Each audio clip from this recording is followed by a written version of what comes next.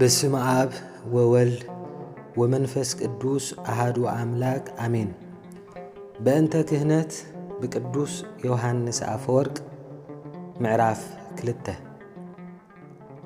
ስለዚህ ንቕኑዕ ዕላማ ኢልካ ንሰምዕ ጥባር ይከኣል እዩ ወይ ድማ ኣብ ከምዚ ጉዳይ ምትላል ኢልካ ክትጽውዖ ኣይግባእን እዩ።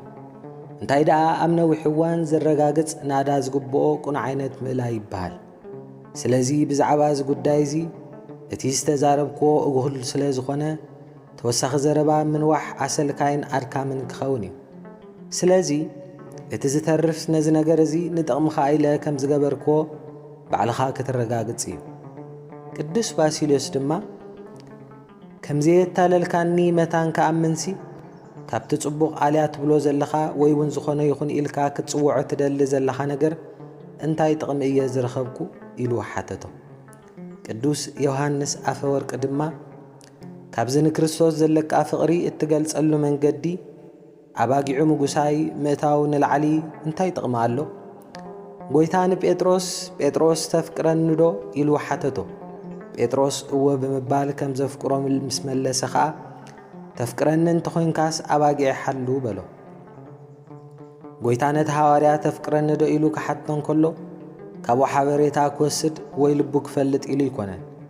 እንታይ ደኣ ማዕረ ክንደይ ኣብ ምእላይ ሞጋስኡ ይግደስ ምዃኑ ንኸምህረናን ክነግረናን ስለ ዝደለየ እዩ። እዚ ንጹር ከሎ ኸዓ ነቲ ክርስቶስ ዓብ ክብሪ ሂቡ ዝርእዮ ሞጋሰ ኣዝዩ ዝከናኸንን ዝሕሉን ኣገልጋሊ ዓብይን ብቓላት ክግለጽ ዘይከኣልን ዓስዊ ተዓቂቡሉ ከም ዘሎ ተገሊጹ እዩ። ከመይሲ ዝኾነ ሰብ ኣብ ልዕሊ ስድራና ወይ ከዓ ኣብ ልዕሊ ጥሪትና ዝኾነ ሓልዮት ክርኢ ምስ ንዕዘብ ነቲ ዓብይ ተገዳስነቱ ከም ምልክት ናይቲ ኣባና ዘለዎ ፍቕሪ ኢና ንገልጾ። ግና እተን ጥሪትና ብገንዘብ እየን ዝዕደጋ እሞኸ ደኣ ነተን ብገንዘብ ዘይኮናስ ብሞት ዝተዓደጋ ደም ክርስቶስ ዝዋግአን ዝኾና ጥሪት ዝከናኸነን ዝሕሉን ደኣ ክንዲ ምንታይ ንክርስቶስ ዘለዎ ፍቕሪ ዘይገልጽን ዓብይ ዓስቢ ዘይቅበልን? እቲ ሓዋርያ ጎይታዬ ከም ዘፍቅረካ ንስኻ ትፈልጥ ኢሉ ባዕሉ ምስክር ፍቕሪ ምዃኑ ምስ ነገሮ መድሓኒና ስቕ ኣይበለን። እንታይ ደኣ ኣባጊዕ ሓሉ ብምባል እዩ መግለፂ ፍቕሪ እንታይ ምዃኑ ወሲኽሉ። ከመይሲ ኣብቲ ግዜ እቲ ጎይታ ጴጥሮስ ክሳዕ ክንደይ ከም ዘፍቅሮ ክርኢ ኢሉ ዘይኮነስ ክርስቶስ ባዕሉ ንቤተ ክርስቲያን ማዕረ ክንደይ ከም ዘፍቅራ ከርኢ ስለ ዝደለ እዩ ከምኡ ኢሉ። ምኽንያቱ ንጴጥሮስን ንዓናን ከም ናቱ ክንገብርን ኣብ ቤተ ክርስቲያን ብዙሕ ተገዳስነት ክህልወናን ክምህረናን ይደሊ ነይሩ እዩ። ኣምላኽ ነቲ ሓደ ወዱ ዘይነሓፎ እኳ ደኣ ንሞትን ስቓይን ሓሊፉ ዝሃቦ ስለምንታይ ድዩ? ኣይ ነቶም ከም ጸላእቱ ገይሮም ዝርእይዎ ዝነበሩ ምእንቲ ክዕረቖምን ፍልይ ዝበሉ ህዝቡ ምእንቲ ክገብሮምን እንድዩ? ንምንታይ ዕላማ እዩ ድዩ ኸ ክርስቶስ ዶም ኣፍሲሱ መታነተን ንጴጥሮስን ሰዓብቱን ሓደራ ዝሃበን ኣባጊዑ ክውንን ኢሉ እንድዩ ግዲ? ስለዚ ኸዓ ክርስቶስ እቲ ጎይታኡ መታን ምግቦም በብግዚኡ ክህቦም ኢሉ ኣብ ስድራ ቤቱ ዝሾሞ እሙን ኣስተውዓሊ ባርያስ መን እዩ ዝበለ? እዚ ዘረባ እዚ ንሓደ ዝጠራጠር ሰብ ዘረባ እዩ። ክርስቶስ ግና ስለ ዝተጠራጠረ ኣይኮነን ከምኡ ዝበለ። እንታይ ደኣ ከምቲ ንጴጥሮስ ከም ዘፍቅሮ ክሓቶ ኸሎ እቲ ሓዋርያ ማዕረ ክንደይ ከም ዘፍቅሮ ክፈልጥ ደልዩ ዘይኮነስ ነቲ ናቱ ዝተዓጻጸፈ ፍቕሪ ክርኢ ደልዩ ዝገበሮ። መን እዩ እቲ እሙንን ኣስተውዓልን ባርያ ክብል ከሎ ኸዓ መን እዩ እሙንን ኣስተውዓልን ጠፊእዎ ዘይኮነስ እንታይ ደኣ ከምዚ ዝበለ ገጸ ባህሪ ሳሕቲ ከም ዝርከብን ክሳዕ ክንደይ ዓብይ ከም ዝኾነን ንምግላጽ ኢሉ እዩ ከምኡ ዝብል። ዝኾነ ኾይኑ እቲ ዓስቢ ክሳዕ ክንደይ ዓብይ ምዃኑ ኣስተብል ክሾሞ እዩ። ኣብ ኩሉ ገንዘቡ ከም ዝሾሞ ብሓቂ እብለኩም ኣለኹ ይብል። እሞኸ ደኣ ነቲ ናይ ኣምላኽ ዝኾነ መጓሰ ከተከታተልን ከምኡ ድማ ነቲ ጴጥሮስ ኣብ ሊጽካዶ ተፍቅረኒ ኢኻ ብምባል ንኽገብሮ ዝተኣዘዞ ነገር ክትገብር ብምዃንካዶ ግና ብቕንዕና ከም ዘይተታለልካ ክትከራኸረኒ ኢኻ? ጎይታ ንጴጥሮስ ተፍቅረኒ እንተኾይንካ ጹም፣ ኣብ ምድሪ ደቅስ፣ ማህሌትን ዋዜማን አንውሕ፣ ነቶም ዝጋገዩ ተማጎቶም፣ ንዝኽተማት ከማቦ ኽኖም፣ ንዴታቶም ከዓ ነቲ ሰጉተን ዘቕርቡለን ዝነብሩ ነገራት ቀርበለን ክብሎ ይኽእል ነይሩ። እንተኾነ ግና ነዞም ኩሎም ነገራት ንገኒ ገዲፉ እንታይ ዝበሎ ኣባጊዕ ይሓሉ እዞም ኩሎም ዝገለጽክዎም ነገራት ምናልባት ብብዙሓት ሰባት ክግበሩ ይከኣል እዮም ወላ እውን በቶም ኣብ ትሕቲ መንግስቲ ዘለዉ ኣንስትን ሰብኡትን እንተኾነ ግና ሓደ ሰብ ነታ ቤተ ክርስቲያን ክመርሓን ንብዙሓት ነፍሳት ክከናኽንን ምስ ዝሕተት ኩለን ደቂ ኣንስትዮ ካብቲ ዕዮ ከድሓርሕራ ስለ ዘይክእሎ እዩ ግድነት እዩ ወላ እውን ዝበዝሑ ሰብኡት ስለዚ መታን ነዚ መጓሰ ከኣል እዩ እቶም ካልኦት ሰባት ኣጸቢቖም ዝበልጽዎምን ልክዕ ከምቲ ሳኦል ብቑመቱን መልክዑን ንኹሎም ዕብራውያን ጸብለል ዝበሎም ብመንፈስ ጸብለል ዝብልዎን ሰባት ክነምጽእ ኣለና ኣብዚ መዳይ እዚ ንንውሓት መንኮብ ከም መለክዕ ሕቶ ኣይወስዶን እየ ኣብ መንጎ ካህንን ምእመናን ዘሎ ፍልሊ ማዕረቲ ኣብ መንጎ እቲ ርትዓዊ ራሽናል ጥዑይ ሰብ ዘይርትዓውን ኢራሽናል ወይ ድማ ዘይጥዑይ ፍጥረታትን ዘሎ ፍልሊ ኣዝዩ ዓብዪ ክኸውን ኣለዎ ሓደ ጓሳ ብተኹላ ብዘመቲ ወይ ከዓ ብሓደጋ ሓንቲ በጊዕ እንተኣጥፊኡ ዋና እተን ኣባጊዕ ምሕረት ክገብረሉ ይኽእል ይኸውን ወላ እኳ ዕዳ ክኸፍል እንተተሓተተ ናይ ገንዘብ ጉዳይ እዩ እቲ ንሰባት ነቲ ርትዓዊ መጓሰ ክርስቶስ ክሕሉን ክጓስን ሕድሪ ዝተዋህቦ ሰብ ግን ካብ ስጋዊ ነገራቱ ሓሊፉ ንህይወቱ እትትንክፍ በጊዕ ብምጥፍኡ መቕጻዕቲ ይወርዶ ከምኡ ድማ ኣብ ኣዝዩ ከቢድን ዓብን ክርክርን እዩ ዝኣቱ ከመይሲ ምስ ተኻሎ ኣይኮነን ዝቃለስ እቶም ሕልና ዘይብሎም ከተርቲ እውን ኣይክፈርሆምን እዩ ንምጓስኡ ብኸመይ ካብ ሕማም ፌራ ከም ዝከላኸለሎም እውን ኣይሓስብን እዩ ምስ መን ደኣይ እሞ ክባስ ምስ መን ኢኸ ክቃለስ እስከ ነዚ ዘረባ ናይ ሃዋርያ ጳውሎስ ስማዕ ንሱ ኸዓ እቲ ቕልስና ምስ ሕቅልነትን ስልጣናትን ምስ ናይ ጸልማት ገዛእቲ ዓለምን ምስ መናፍስቲ እከይን ኣብ ሰማያት እዩ እምበር ምስ ስጋን ደምን ኣይኮነን ዝብል እዩ እቶም እልቢ ዘይብሎም ንመጓሰ ዘጥቅዑ ሕሱማት ኣራዊት ተገንዚብካዮም ዶ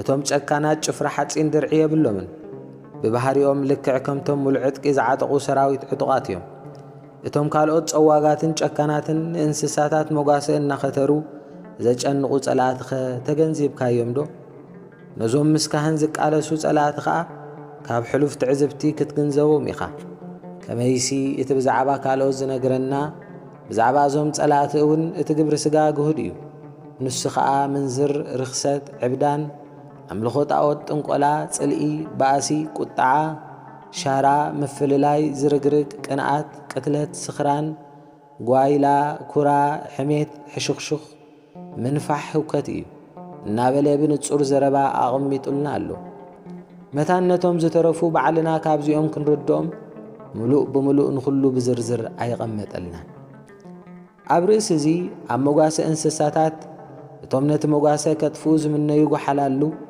እቲ ሓላዊኦም ክሃድም ምስ ረኣዩ ምስኡ ምውጋእ ብምቁራጽ ነተን ከብቲ ብምምራኾም ጥራይ ይሕጐሱ ኣብ ጉስነት ናይ ሰብ ግን ከምኡ ይኮነን ወላ እውን ብምልኡ ነቲ መጓሰ እንተማረኽዎ ነቲ ጓሳ ከየጥቅዕዎ ስቕ ኣይብሉን እዮም እኳ ደኣ ኣጸቢቖም የጥቅዕዎ ክሳብ ዝዓልውዎ ወይ በዓሉ ክሳብ ዝስነፍ ካብ ምጥቅዑ ኣይቋርጹ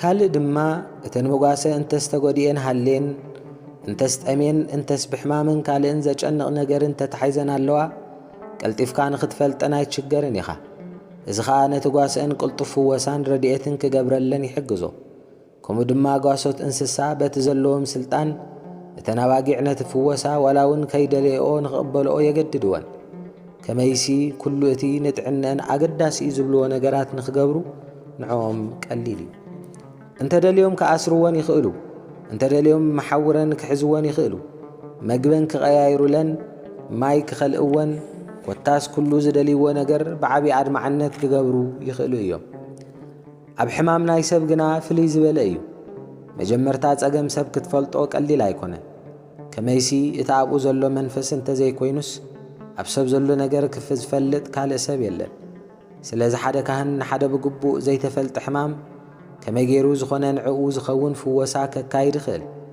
ዝኾነ ሰብ ብዙሕ እዋን ወላ እውን ንባዕሉ ክሓምም ከሎ ጠባይ ናይቲ ሕማም ብዝግባእ ይርድኦን እዩ እቲ ካህን ወላ እውን እቲ ሕማም እንተተጋሂደሉ ብዙሕ ጸገማት እዩ ዝፈጥረሉ ምኽንያቱ ከምቲ ሓደ ጓሳ ንኹለን ኣባጊዑ ብሓደ ስልጣን ክከናኸነን ክፍውሰንን ዝኽእል ንሰባት ግን ብሓደ ስልጣን ክትፍውሶም ቀሊል ኣይኮነን ኣብዚ ናይ ሰብ ፍወሳውን እንተኾነ ካብ መግቢ ምሕራም ይኹን ካልእ ፍወሳታት ኣገዳሲ እዩ። እንተኾነ ግን እዚ ፍወሳ እዚ ኣብ ድሌት እቲ ሕሙም ደኣ እምበር ኣብ ድሌት እቲ ፈዋሲ ኣይኮነን ዝምርከስ። እዚ ነገር እዚ በቲ ዘገርም ሐዋርያ ጳውሎስ ግንዙብ እዩ ነይሩ። ንሰብ ቆሮንጦስ ከዓ ብእምነት ቆንቁም ኣለኹም እሞ ደገፍቲ ሓጐስኩም ደኣ ኢና እምበር ኣብ ልዕሊ እምነትኩም ክንጉይትት ኣይኮንናን ይብሎም።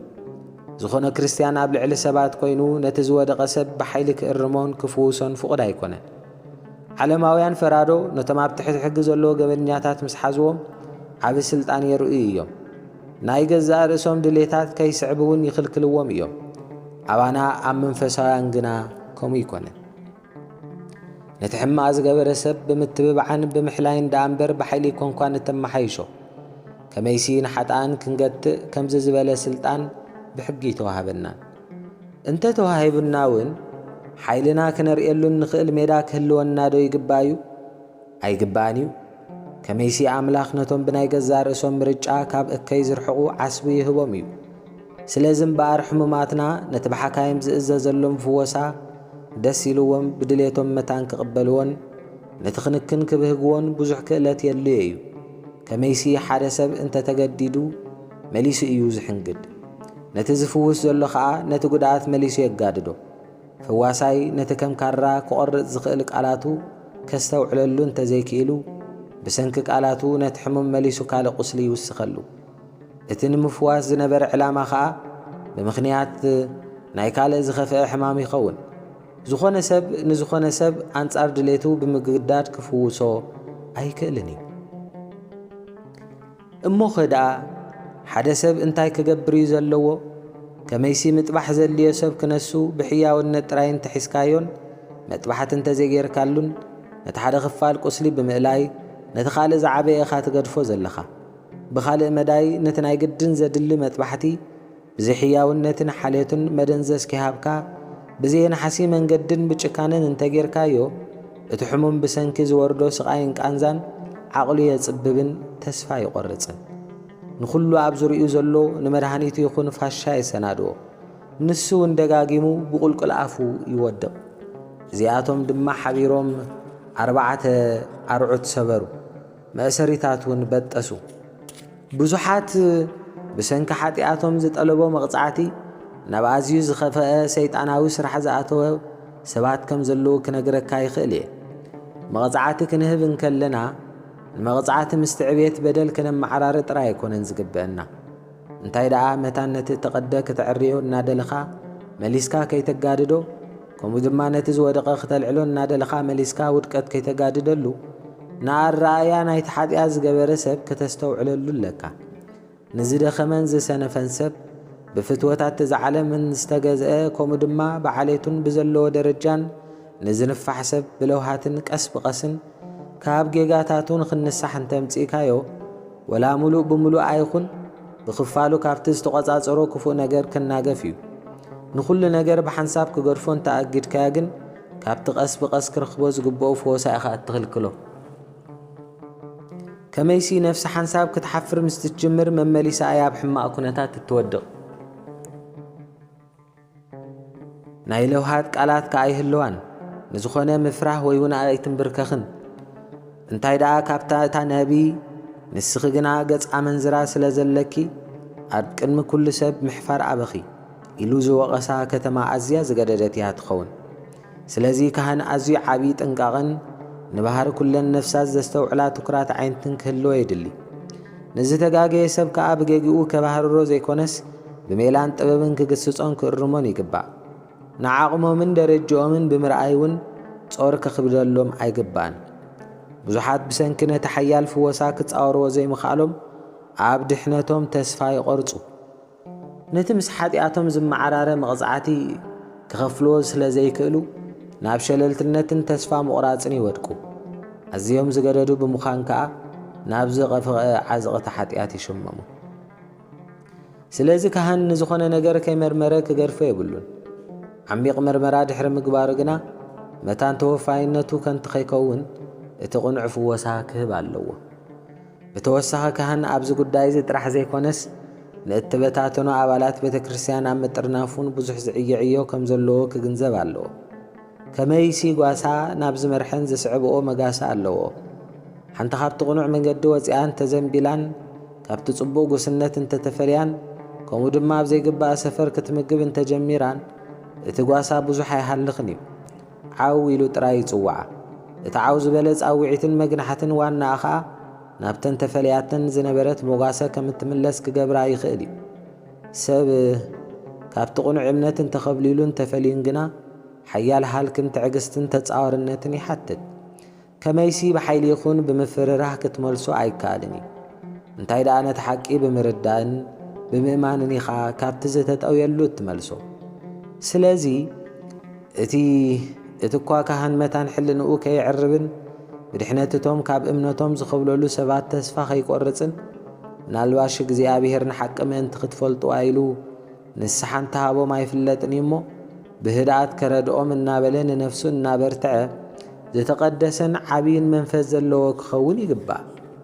ስለዚ ኢና ኸዓ መጽሓፍ ቅዱስ ጐይታ ንደቂ መዛሙርቱ መን እዩ እቲ እሙንን ኣስተውዓልን ባልያ እናበለ ክዛረቦም ከሎ ንርኢ። ምክንያቱ እቲ ንርእሱ ጥራይ ዘገልግል ንጥቕሚ ገዛእ ርእሱ ጥራይ ዘገልግል፣ ጉስነት ግና ንጥቕሚ ኩሉ ሰብ እዩ። ንድኻታት ገንዘብ ዝህብ ወይ ድማ ንዝተጨንቑ ዝረድእ ሰብ ክሳት ዓቕሙ ክበጽሖ ዝኽእል ንዝተወሰኑ ሰባት እዩ ዝረድእ።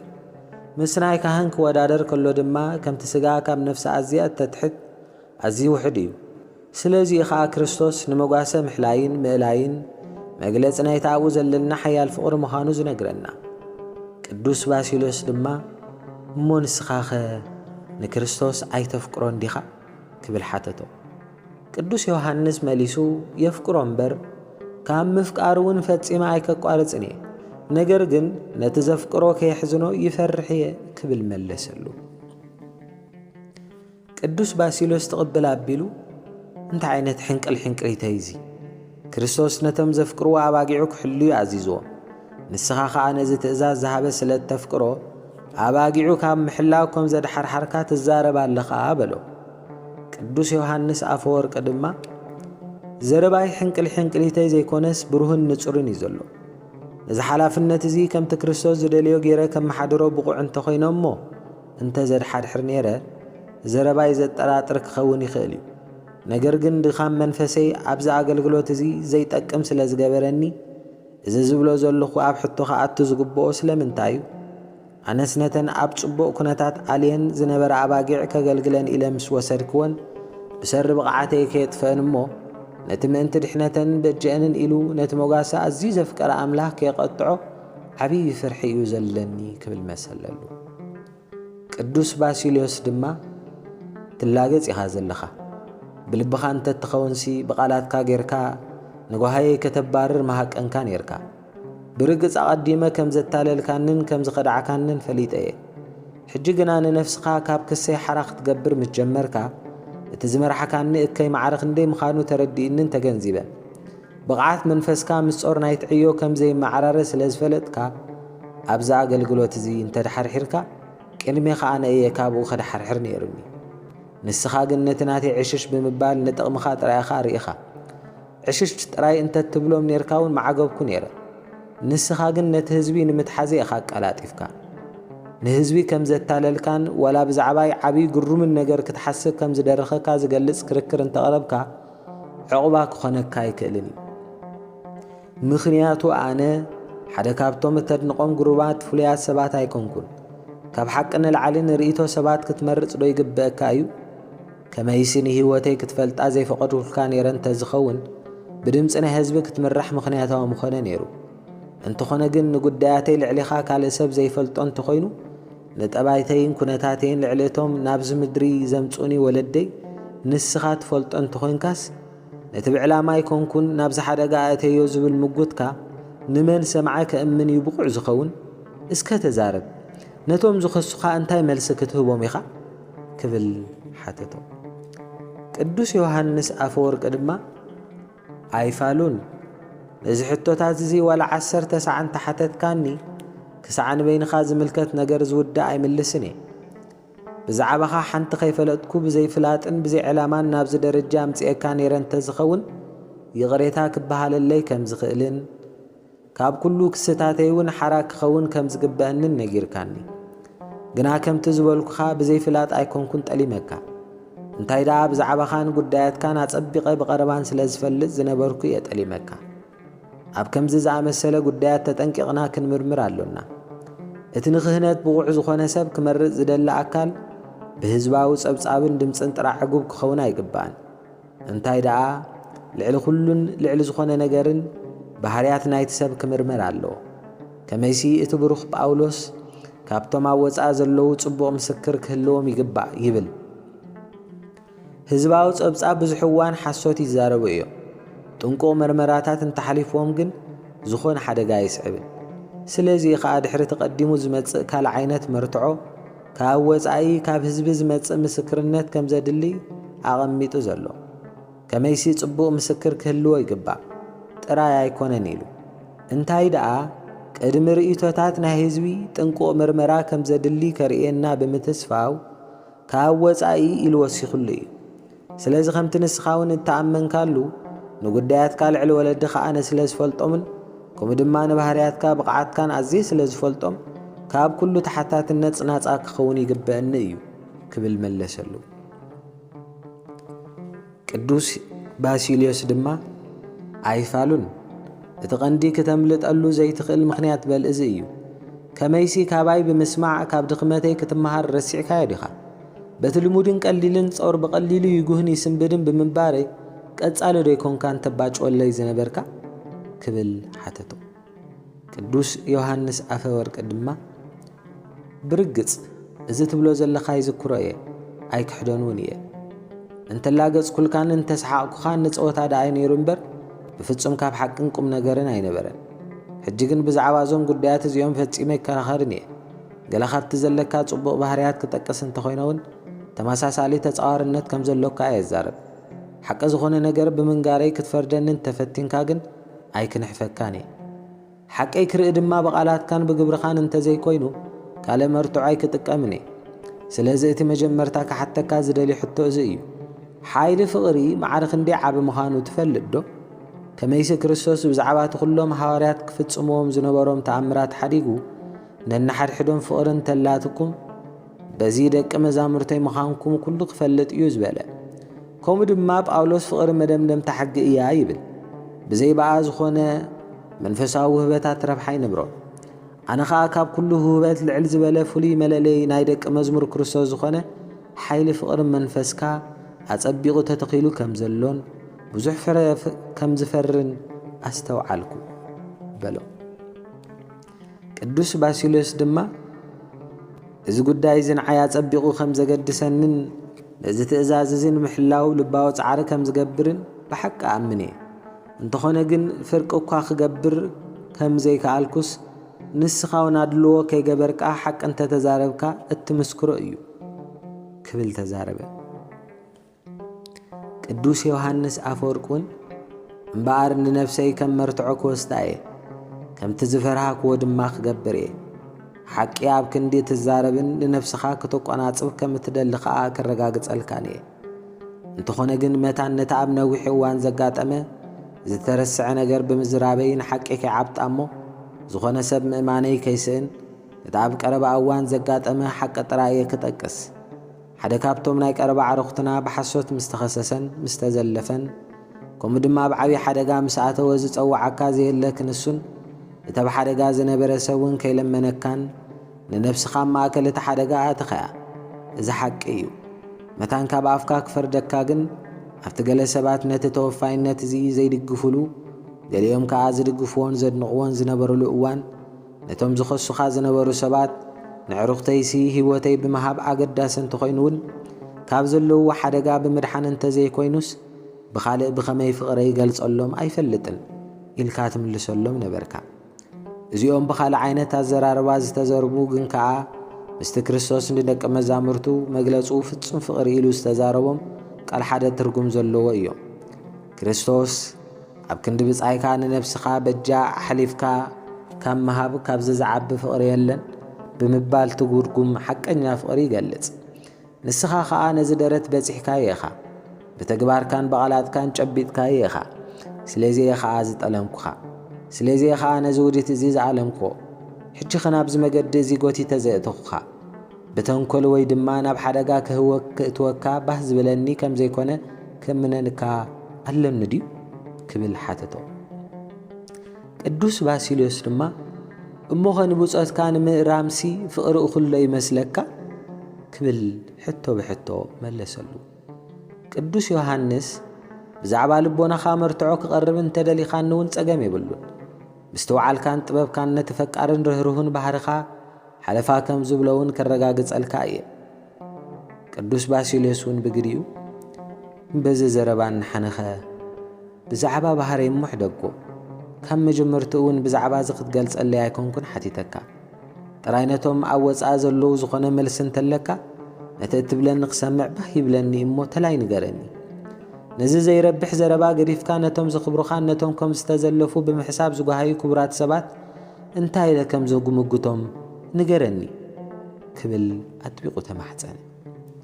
ቅዱስ ዮሃንስ ኣፈወርቅ ድሕርቲ ዝህበካ መግለጺ ብቐሊሉ ናብዚ ክነግረካ እተሓተኒ ዘለኻ መከላኸለየ ነጥብን ክምለስ እየ ዝቀላጠፍ ዘለኹ። እቲ በዞም ሰባት ዝተፈጥረ ክሲ እንታይ እዩ? እቲ ኣባይ ከንብርዎ ዝሓስቡ ክብሪ ብምንጻገይ በኣይ ብምዕሻዎምን ከም ዝተዋረዱን ዝሓዘኑን ይዛረቡ። በዚ ተግባር ንሰባት ክብሪ ብምሃብ ንኣምላኽ ክጉህዮ ከም ዘለኒ ይርኢ ኣለኹ እሞ ብዛዕባ እቲ ንሰብ እትሰምዖም ውርደት ክለዓል ይደላ የለኹን። ነቶም በዚ ነገር እዚ ባህ ዘይብሎም ሰባት ኣብዞም ነገራት እዚኦም ምቕያሞም ብዙሕ ከም ዝጎድኦም ክነግሮም እየ። ከመይሲ እቶም ኣብ ኣምላኽ ዝጸንዑን ናብኡ ጥራይ ዝጥሙቱን ኣዝዮም ሃይማኖታውያን ክኾኑ ዝግብኦምን ወላ እውን 1000 ግዜ ክብሮም እንተሓሰረ ነዚ ከምዚ ዝኣመሰለ ዘለፋ ዋጋ ክህብዎ ኣይግባእን ኢለ እየ ዝሓስብ። ከመይሲ ከምቲ ንስኻ ብተደጋጋሚ እትነግረኒ ዝነበርካ ንኸሰስተይ መታን ክሰማምዖም ብትዕቢትን ከንቱነትን እንተዝድፋእ ነይረ ሓደ ካብቶም ዓበይትን ዕቐት ዝመልኦም ሰባት ምኾንኩ ነይረ። እንተኾነ ግን ከምዚ ዝኣመሰለ ነገር ኣብ እምሮይ ኣይመፀን። ብኻልእ ዕላማ ግን ነቲ ከቢድ ጾር ነጸግዎ ነዚ ኣገልግሎት ነብሰይ ፈትየ ከም ዝነሓፍክዎ ገይሮም ዝኸሱኒ ስለምንታይ ከይቕረ ዘይብሉለይ? ከመይሲ ነቶም ክሸሙኒ ዝሓሰቡ ሰባት እውን እንተኾነ ካብ ምጽራፍ ኣዲሕነዮም እየ ክብል ይኽእል እየ። በቲ ግርንቢእ ዝኾነ ዘረባይ ኣይትገረም ከመይሲ ቅልጡፍ ፍታሕ ከቕርበሉ እየ። ነቲ ሽመት እንተዝቕበሎም ነይረ እቶም እከይ ምዝራብ ባህ ዝብሎም ሰባት ብዛዕባይን ብዛዕባቶም ዝመረጹንን ብዙሕ ነገራት ምተዛረቡን ማሕመዩን ነይሮም። ንኣብነት ናሃብታ ኣኽቢሮም ከም ዝርእይዎ ማዕርግን ደረጃን ናይቲ ሰብ ከም ዘድንቑ ወይ ከዓ ነዚ ክብሪ እዚ ንክህቡኒ ብሽሕጣን ከም እተላዓሉ ምተዛረቡ ከምኡውን ግቦ ከም ዝተቐበሉ ክዛረቡ ይኽእሉ እዮም። ኣብ ርእሲ ዝውን ክርስቶስ ንገፈፍቲ ዓሳ ስራሕቲ ደኳኩንን ከምኡ ድማ ነተራ ሰባትን እዩ ናብ ክብሪ እዚ ዝጸውዑ። እዞም ሰባት ግና ነቶም ህይወቶም ብመዓልታዊ ሸቕሊ ዝመርሑ ሰባት ነጸግቦም። እንታይ ደኣ ነቲ ህይወቱ ምድራዊ ፍልጠት ኣብ ምቕሳም ዝሕለፎን ስራሕ ዘይብሉን ንዑ ይቕበሉን ይኽብሩን? ስለምንታይ እዮም ነቶም ኣብ ኣገልግሎት ቤተ ክርስቲያን ማልያ ዘይብሉ ጻዕርን ኣበርክቶን ዝገብሩ ሰባት ገዲፎም በቲ ህይወቱ ሙሉ ኣብ ዓለማዊ ትምህርቲ ዘሕልፎ ሰብ ዝሓስቡ ምበሉ ነይሮም? ነዚ ኣገልግሎት እንተዝቕበሎ እዝን ካልእን ምበሉ ነይሮም። ሕጂ ግና ወላ ሓንቲ ክብሉ ይክእሉን እዮም። ንዓይ ብሽሕጣን ክኸሱኒ ይክእሉን እዮም። እንተዘይዓቢዶም ነቶም ካልኦት እውን ግቦ ከም ዝተቐበሉ ከጸልምዎም ኣይክእሉን እዮም። ከመይሲ ሓደ ማዕርግ ንኽረክብ ኢሉ ዝሸሓጠን ዝቐባጠረን ከምኡ ኸዓ ንኸፍቱ ገንዘቡ ዘጥፍአ ሰብ ከመይ ገይሩ ነዚ ዝረኸቦ ማዕርግ ንኻልኦት ይሓርገሎም? እዚ ልግዕ ከምቲ ክረምቲ ሙሉእ ወይንን ዕፉንን ከፍሪ ተካል ዝኸረመን ከቢድ ጻዕርን ወጻኢታትን ዘውፅአ እሞ ግዜ ዓጺድ በፂሑ ዓጺዱ ምህርቱ ምስ ኣከበ ብዘይ ዝኾነ ጻማ ንኻልኦት ዝሓርገሎም እዩ። ሕጂ ግና ነቶም መረፅቲ ከጸልሙን ከኽፍኡን ዝደልዩ ሰባት እቲ ምርጫ ዘይፍትሓውን ኣብ ግምት ብዘይምእታውን ዝተኻደ እዩ ኢሎም ከሳብቡ ፈጺሞም ኣይክእሉን እዮም። ስለዚ ካብቶም ኣፎም ዝኸፍቱን ንንእሽተይ ኣርእስቲ መልክዓ ዝቐይሩን ሰባት ተኸላኺለሎም ኣለኹ። ነቲ ኣገልግሎት እንተዝቕበሎ ነይረ ነቲ ኣብ ፀፅባሕ ዝመፀኒ ዘረባታት ክፀሩ ኣይምኽኣልኩን። ወላ ኸማን ኩሉ ስራሕ ብዘይ ጌጋን ብጽፈትን እንተዝገብሮ ንእሽተይ ተመክሮ ዘይብለይን ምዃነይ ጥራይ ክምረፅ ከም ዘይግበአኒ ምተዘርበለይ። ኣብዝስ ወላ ነቶም መረፅቲ እውን ኣዲሕነዮም እየ። ማልያ ዘይብሉ ዘለፋን ወቐፃን ምመፆም ነይሩ። ዓለም እንታይ ምበለት? ነዚ ከምዚ ዝበለ ዓብይ ጉዳይን ዕማምን ንሓደ ዘይበሰለ ህፃን ሂቦሞ ሞጓሳ ኣምላኽ ተዋሪዱን ተናዒቑን ክርስቲያናዊ ጉዳያት መላገጹ ኮይኑ ምበሉ። ሕጂ ግና ኣበሳ ዘለፋ ኩሉ ኣበሳ ዘበለ ኣፉ ኸዓጽ እዩ። ኣብ ልዕሊኻ እውን ወላካ ከምዚ ዝበለ ዘረባታት ክዛረቡ እንተኸኣሉ ንስኻ ግና ሽዑ ንሽዑ ብልቦናኻን ጥበብካን ብዕድመ ከም ዘይትግምገም ብግብርኻ ክትምህሮም ኢኻ። ሽበት ምልክት ዕቤትን ልቦናን ኣይኮነን፣ ከምኡ ድማ ተመኩረን ፍልጠትን ዘይብሉ ደኣ እምበር ብዕድመ ንእሽተይ ዝኾነ ሰብ ካብቲ ኣገልግሎት ክእለ ከም ዘይግባእን ክትምህሮም ኢኻ ክብል መለሰሉ። በእንተ ክህነት ብቅዱስ ዮሃንስ አፈወርቅ ምዕራፍ 2 ኣብዚ ይፍጸም። ምዕራፍ 3 ይቕጽል። ስብሃት ለእግዚአብሔር ወለወላዲቱ ድንግል ወለመስቀሉ ክቡር አሜን።